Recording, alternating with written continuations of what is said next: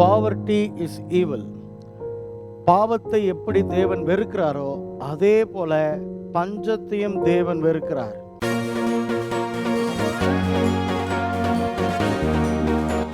மரம், செடி, கொடி, மிருகங்கள், மனிதர்கள் எல்லாவற்றிலும் ஒரு வளர்ச்சியை பார்க்கணும்.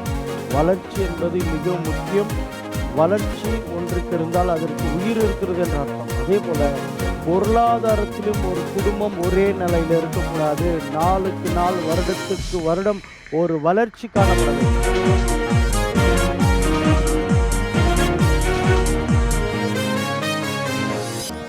கர்த்தர் ஆபிரகாமை ஆசீர்வதித்தார், ஈசாக்கை ஆசீர்வதித்தார், யாக்கோபை ஆசீர்வதித்தார் என்று சொல்லுகிறோம். அந்த ஆசீர்வாதங்கள் தேவ பிள்ளைகளுடைய வாழ்க்கையில ஏன் இல்லாமல் போகிறது? அவருக்கு மட்டுமா அவர் தேவன்? நமக்கும் தானே தேவன். அப்பொழுது எங்கே நம்முடைய வாழ்க்கையில தவறுகள் காணப்படுகிறது? எந்த இடத்துல நாம சரிப்படுத்த வேண்டும்?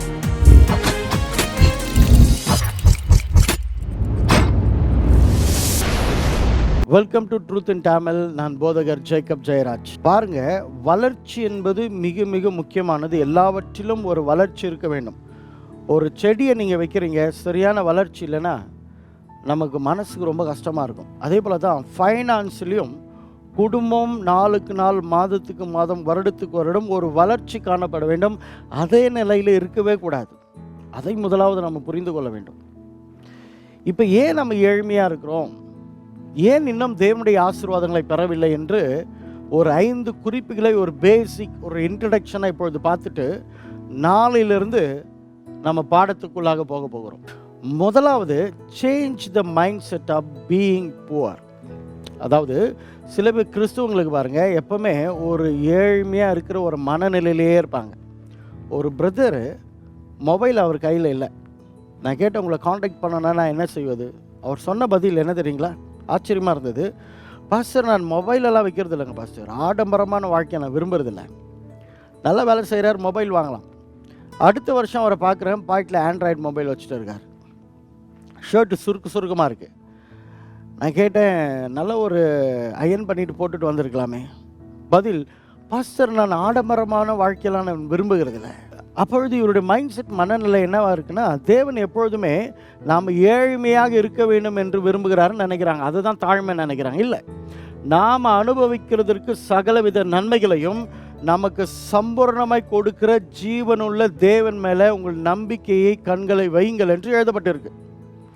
அப்போ இந்த பூமியில் நாம் அனுபவிக்கிறதற்கு சகலவித நன்மைகளையும் சம்பூர்ணமாய் கொடுக்க, நாம் அனுபவிக்க தேவன் விரும்புகிறார் என்ற ஒரு மைண்ட் செட்டை நம்ம வச்சுக்கணும். இந்த புவர் மைண்ட் செட்டை தூக்கி எறியணும். அதனால தான் ஆதி கிறிஸ்தவங்க அது நம்ம பார்க்கும்போது இவங்க ஸ்தோத்திரம் சொல்லியே ஏழையாக வாழ்ந்து என்ன பண்ணாங்க? செத்து போனாங்க. இவங்களுடைய மனநிலை என்ன இருந்துச்சுன்னா, நம்ம ஆசீர்வாதத்தை கேட்டு ஆண்டவர் ஏதாச்சும் கோச்சிக்குவார், அதெல்லாம் பாவம் அப்படின்னு நினச்சிட்டாங்க. இல்லை, நாம் அனுபவிக்க வேண்டிய சகல நன்மைகளையும் நமக்கு சம்பூர்ணமாய் கொடுக்கிற ஜீவனுள்ள தேவன் மேலே நம்முடைய கண்களை வைக்க வேண்டும் என்று வேதம் சொல்லுகிறது. ஆகவே நம்ம என்ன செய்யணும்னா, அந்த மனநிலையை மாற்றிட்டு முதலாவது நாம் அதிலிருந்து வெளியே வரணும். தேவன் என்னை ஆசீர்வதிக்க விரும்புகிறார், நான் ஆசீர்வாதமாக இருப்பேன். இதை நான் சொல்லும் போது நான் ப்ராஸ்பரிட்டி காஸ்பலை ப்ரீச் பண்ணுறேன்னு நினைக்காதீங்க. மனவேதனையோடு கூட நான் சொல்லிட்டு இருக்கிறேன். தேவ பிள்ளைகள் பஞ்சத்தில் ஏழ்மையாக இருப்பது தேவனுடைய சித்தம் இல்லை. That is not the way of Bible. கஷ்டங்கள் வரதான் செய்யும், ஆனால் கடன் இல்லாமல் வாழ தான் கர்த்தர் விரும்புகிறார். அதுதான் இந்த டீச்சிங்கினுடைய முக்கியமான ஒரு சாராம்சம். இரண்டாவது, கடன் வாங்குகிற மென்டாலிட்டி. யாருக்கெல்லாம் இந்த கடன் வாங்குகிற மனநிலை இருக்கோ அவங்களாம் வாழ்க்கையில் முன்னேறவே முடியாது. நகை வாங்குவாங்க, நகை வைப்பாங்க. ஏதோ ஒரு பொருளை வாங்குவாங்க, பொருளை கொண்டு போய் விற்றுருவாங்க. 10,000 ரூபாய் வீட்டில் இருந்தாலும் ஒரு 2,000 ரூபாய் கடன் வாங்கினா தான் அவங்களுக்கு நிம்மதியாக இருக்கும். எங்கெங்கெல்லாம் லோன் கொடுக்குறாங்களோ, எங்கெங்கெல்லாம் வட்டிக்கு விட்டுறாங்களோ அங்கெல்லாம் போய் வாங்க விரும்புவாங்க. சின்ன ஒரு கஷ்டம் வந்தாவே ஏதாச்சும் ஒரு நகையை வைக்கலாம், அல்லது என்ன பண்ணலாம், எங்கேயாச்சும் போய் கடன் வாங்கலாம். இது போல் ஒரு மனநிலையில் இருக்காங்க. இது டோட்டலாக சேஞ்ச் ஆகணும். ஏனென்றால் நீங்கள் கொடுத்த வட்டி கொஞ்சம் யோசித்து பாருங்கள், ஒரு வீட்டையே கட்டி முடிச்சிருக்கலாம். நன்மைகளை அனுபவிக்க முடியாமல் போனதுக்கு காரணம் என்னன்னா, உங்களுக்கு இருக்கிற அந்த கடன் வாங்குற ஒரு மனநிலை, சைக்காலஜிக்கல் ப்ராப்ளம். எதுக்கு எடுத்தாலும் கொஞ்ச நேரம் வெயிட் பண்ணலாம், அதெல்லாம் இருக்காது. உடனே என்ன பண்ணிடணும், நகைகளை வச்சிடணும், யாருக்காச்சும் போய் ஃபோன் செய்து கடனை என்ன பண்ணணும், வாங்கணும். இது போல இருக்கிற மனநிலை இரண்டாவதாக மாற்றப்பட வேண்டும். இல்லை என்றால் இந்த உபதேசமே உங்களுக்கு ஒரு பயனும் அளிக்காது. மூன்றாவதாக, கர்த்தருடைய ஆசீர்வாதங்களின் மேல் நாம் ஆசீர்வாதமாக இருக்க வேண்டும், நன்றாக இருக்க வேண்டும் என்ற ஒரு மனநிலை நமக்குள்ளாக காணப்பட வேண்டும். அதனால தான் ஆண்டவர் சொன்னார், உன்னை போல பிறனை நேசி.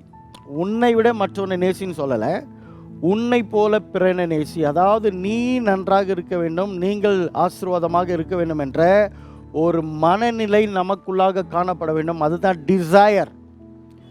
கிரீடி என்பது வேற, அது பேராசை, அது நமக்கு இருக்கக்கூடாது. லஸ்ட் என்பது வேற, அது இச்சை, அது நமக்கு இருக்கக்கூடாது பொருள் மேலலாம். ஆனால் தேவன் என்னை ஆசீர்வதிக்க வேண்டும் என்ற ஒரு ஆசை நமக்கு இருக்கணும். யாக்கோபுக்கு இருந்தது அந்த ஆசை. அப்பாவிடத்தில் ஆசீர்வாதம் பெற்றான், செட் ஆகலை. அண்ணனிடத்துல சிரேஷ்ட புத்திர பாகத்தை வாங்கினான், செட் ஆகலை. பிறகு லாபான் இடத்துலையும் அநேக ஆசீர்வாதங்களை பெற்று அவனுடைய மனநிலை பாருங்கள், அதுலேயும் திருப்தி இல்லை. தேவன் என்னை ஆசீர்வதிக்க வேண்டும், ஆகவே தான் ஆண்டவரை விடலை. நீர் என்னை ஆசீர்வதித்தால் ஒழிய உம்மை நான் விட மாட்டேன். யாப்பேச பாருங்க, அவனும் தேவரீர் என்னை ஆசீர்வதித்து என்று கத்துக்கிறான். ஆபிரகாமை பாருங்க, ஆபிரகாமை உன்னை நான் ஆசீர்வதித்து உன்னை பெரிய ஜாதி ஆக்குவேன் என்று சொன்னதுமே அந்த ஆசீர்வாதத்தை விரும்பி தேவனுக்கு கீழ்ப்படிந்து வருகிறான். அப்போ தேவன் கொடுக்கிற ஆசீர்வாதங்கள் மேலே நமக்கு ஒரு வாஞ்சை இருக்கணும்.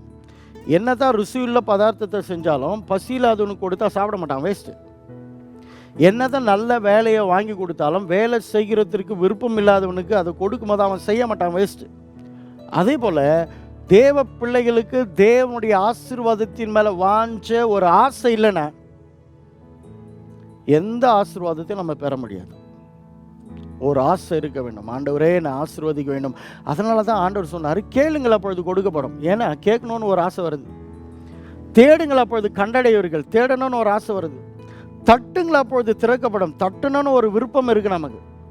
ஆகவே தேவனுடைய ஆசீர்வாதத்தின் மேலே இந்த பூமியில் நான் ஆசீர்வாதமாக இருக்க வேண்டும் என்ற ஒரு டிசையர், ஒரு ஆசை நமக்கு இருக்க வேண்டும். நான்காவது ட்ரஸ்ட், கர்த்தர் மேலே நம்பிக்கை உள்ளவர்களாக இருக்க வேண்டும். என் தேவன் என்னை ஆசீர்வதிக்க விரும்புகிறார், எனக்கு ஒரு தேவைகள் காணப்படும் போது என்னுடைய தேவன் என்னை கைவிட மாட்டார். கூப்பிடுகிற காக்கை குஞ்சுகளுக்கும் ஆகாரம் கொடுக்கிறவர், உதவி செய்ய முடியாத நேரத்தில் கூட, யாரும் உதவாத ஒரு நேரத்தில் கூட கர்த்தருடைய கரம் வந்து எனக்கு உதவி செய்யும் என்று தேவன் மேலே ஒரு நம்பிக்கை நமக்கு இருக்கணும். பாருங்க, ஒரு தேவனுடைய மனுஷன் ஏதோ ஒரு குழப்பம் நிறைஞ்ச ஒரு இடத்துல வெளிநாட்டில் போய் மாட்டிக்கிறாரு. அவருடைய சொந்த தேசத்துக்கு திரும்புகிறதுக்கு வாய்ப்பு இல்லாத சூழ்நிலை. கடைசியில் அவர் நினைச்சாரா, இங்கே தான் நம்ம என்ன பண்ணணும், கண்ணை மூடணும்னு பல துக்கத்தோட ஒரு வில்லேஜில் கொண்டு போய் அவர் விட்டுட்டு இருக்காங்க.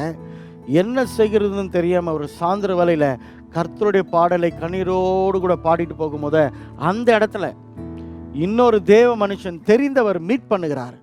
இருவரும் சந்தித்து கட்டி பிடிச்சிட்டு இவருடைய பிரச்சனைகளை சொன்னதுமே அவர் எல்லா பண வசதிகளும் இவருக்கு செஞ்சு பண உதவிகளை செய்து கடைசியில் தன்னுடைய சொந்த தேசத்திற்கு வரும்படியாக உதவி செஞ்சிருக்கிறார். அப்போ கவனிங்க, காற்றே நுழையாத இடத்துல கூட கர்த்தரை நம்புகிறவர்களுக்கு அவருடைய கரம் வந்து அற்புதங்களை செய்யும் என்று தேவன் மேலே உறுதியான நம்பிக்கையோடு இருக்கணும். சின்ன சின்ன பிரச்சனை வரும்போது கூட ஐயோ இதை நான் எப்படி கையாளுவேன்னு ஓடி போய் கடன் வாங்கிடக்கூடாது. கர்த்தரை நம்பி கொஞ்சம் பொறுமையாக இருக்கணும். ஐந்தாவதாக வெயிட்டிங் அப்பான் த லார்ட், கர்த்தருக்காக நம்ம காத்திருக்கணும். பாருங்க, ஈசாக்குக்கு கர்த்தர் சொல்றாரு, கொடிய பஞ்சம் இருக்கும் போத நீ எங்கேயும் போகாத, நான் வாக்குத்தத்தம் கொடுத்த இந்த தேசத்துல நீ இரு, நான் உன்னை ஆசீர்வதிப்பேன் என்று. எதிராளிகள் எழும்பி இருக்கிற இடத்துல இருந்து இவனை துரத்தி விடுகிறார்கள். இருந்தாலும் கர்த்தர் சொன்னாருன்னு கீழ்ப்படிஞ்சு பொறுமையாக காத்திருக்கிறான். பிறகு ஒரு இடத்துல வந்து அவன் கிணற தோண்டுகிறான், அந்த இடத்துல சரிப்பட்டு வரல, அங்கேயும் பிரச்சனை. இன்னொரு இடத்துல தோண்டுகிறான், அங்கேயும் பிரச்சனை. கர்த்தர் இடத்துல பொறுமையாக ஹோப்போடு கூட காத்திருந்தான். என் தேவன் என்னை கைவிட மாட்டாருன்ட்டு. உடனே அற்புதம் நடக்கலனாலும் கர்த்தருக்காக நான் காத்திருக்கிறேன், என்னை கைவிட மாட்டாருன்ட்டு. நடந்தது என்ன தெரியுங்களா? கடைசியில் இன்னொரு இடத்துல அவன் துறவை தோண்டுகிறான். பிறகுதான் கர்த்தர் அவனை பலுகி பெருகும்படியாக ஆசீர்வதிக்க இடத்தை உண்டாக்கினார் என்று வேதம் சொல்லுகிறது. ரெகோபத் என்ற ஒரு பேரை வர வைக்கிறாங்க. அப்போ தேவச்சனமே, நமக்கு நெருக்கங்கள் பிரச்சனை வரும்போத இந்த டீச்சிங் கேட்டதுமே ஒரே இரவில் கர்த்தர் ஆசீர்வதிச்சிருவார்னு நினைக்காதீங்க. பொறுமையோட நான் சொல்லுகிற அத்தனை வேதத்தின் அடிப்படையில் இருக்கிற டீச்சிங்கை கேட்டுட்டு அதன்படியே செயல்படுங்க பொறுமையோட. நிச்சயமாக ஆசீர்வாதத்தின் மேலே ஆசீர்வாதம். இன்னும் சில மாதத்துக்குள்ளாக உங்கள் பொருளாதாரத்தில், பணத்தில், எல்லாவற்றிலும் குடும்பத்தில் ஒரு வளர்ச்சியை காண முடியாத கர்த்தர் கிருபை செய்வார். அநேகர் ஆசீர்வதிக்கப்பட்டு இருக்காங்க. நான் விசுவாசிக்கிறேன், இதை கேட்குற உங்களையும் கர்த்தர் ஆசீர்வதிப்பார். வானமும் பூமி ஒழிந்து போனாலும் தேவனுடைய வார்த்தை என்றைக்கும் மாறாது.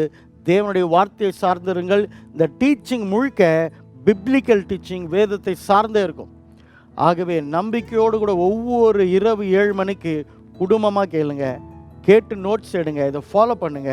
தேவனுடைய சித்தம், நீ ஜாதிகளுக்கு கடன் கொடுக்க வேண்டும், நீயோ கடன் வாங்காது இருக்க வேண்டும், தேவனுடைய ஆசீர்வாதத்தை அனுபவிக்க வேண்டும். இதை தான் தேவன் விரும்புகிறார். May God bless you. நாளை சரியாக 7 மணிக்கு நாம் சந்திப்போம். ஆமென். உங்கள் ட்ரூத் இன் தமிழ் யூடியூபின் வாயிலாக வேதத்தின் அடிப்படையில் பொருளாதாரத்திற்குரிய ஆசீர்வாதம் என்கின்ற தலைப்பில் வருகின்ற திங்கட்கிழமை முதல் சனிக்கிழமை வரையிலும் சரியாக இரவு 7 மணிக்கு உங்களுக்கு போதிக்க வருகிறார் உங்கள் போதகர் ரெவரண்ட் ஜேக்கப் ஜெயராஜ் அவர்கள். காண தவறாதீர்கள்.